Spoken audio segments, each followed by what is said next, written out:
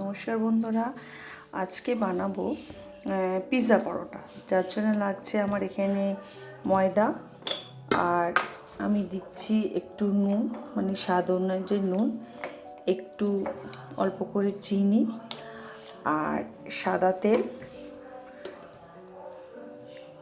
একটু সামান্য সাদা তেল। এইটা দিয়ে আমি একটু ময়দাটা মেখে নেব, ডো তৈরি করব। আর লাগছে আপনার পনির, গোলমরিচ গুঁড়ো, টমেটো কেচাপ, আর লাগছে চিজ, ক্যাপসিকাম, পেঁয়াজ, চিলি ফ্লেক্স আর অরিগানো।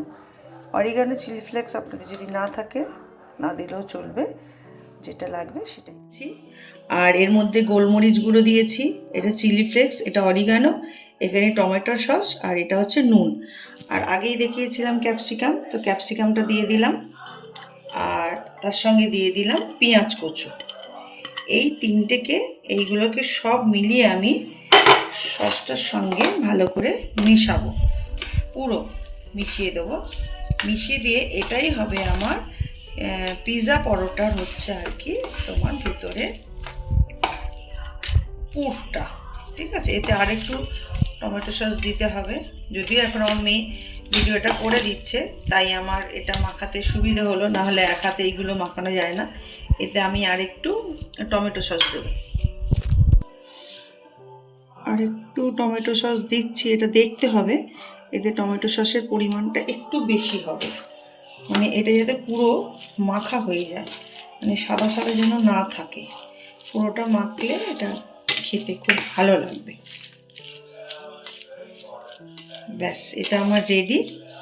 এবার আমি রুটিটা মানে গোল গোল পরোটাটা বানাবো। তারপর এই যে আটাটা মেখে এই সাইজের লেচি করে নিয়েছি, এবার এগুলোকে আমি একটু ময়দার সঙ্গে গুলিয়ে এটাকে গোল করে রুটি করে নেব।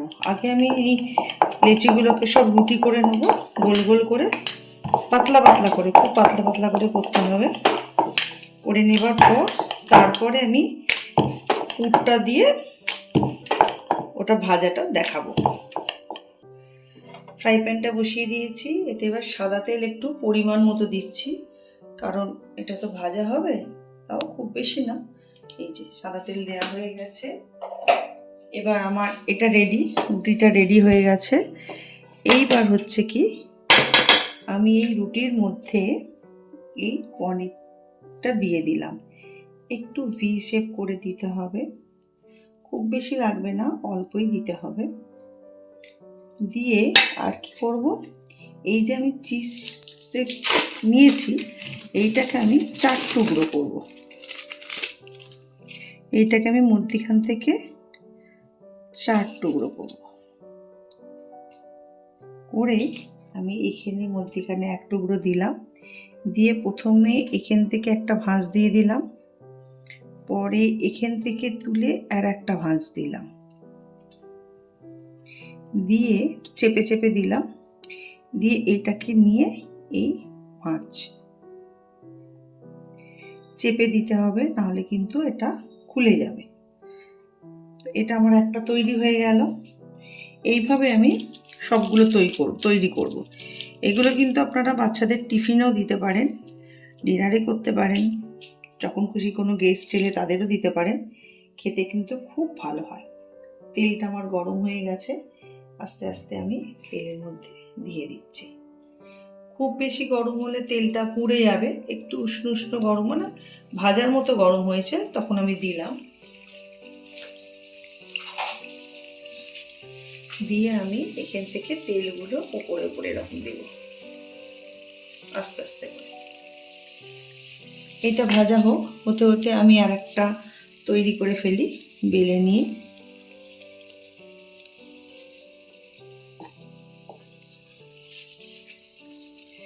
এইটা এবার আমি আস্তে আস্তে উল্টে দেব। দেখুন এক পিঠটা ভালো ভাজা হয়ে গেছে, আমি আস্তে আস্তে উল্টে দিলাম। আবার আর একটা দেখিয়ে দিই কীভাবে করছি পরোটাটা। প্রথমেই পনিরটা দিয়ে দেব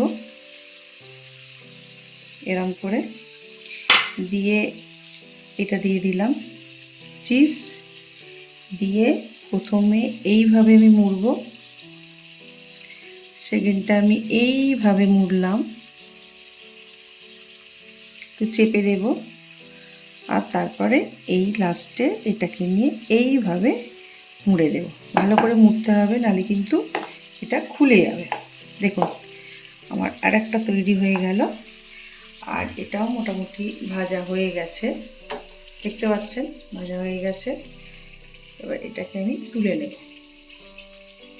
এটা ভাজা হয়ে গেছে, এটাকে আমি তুলে নেব।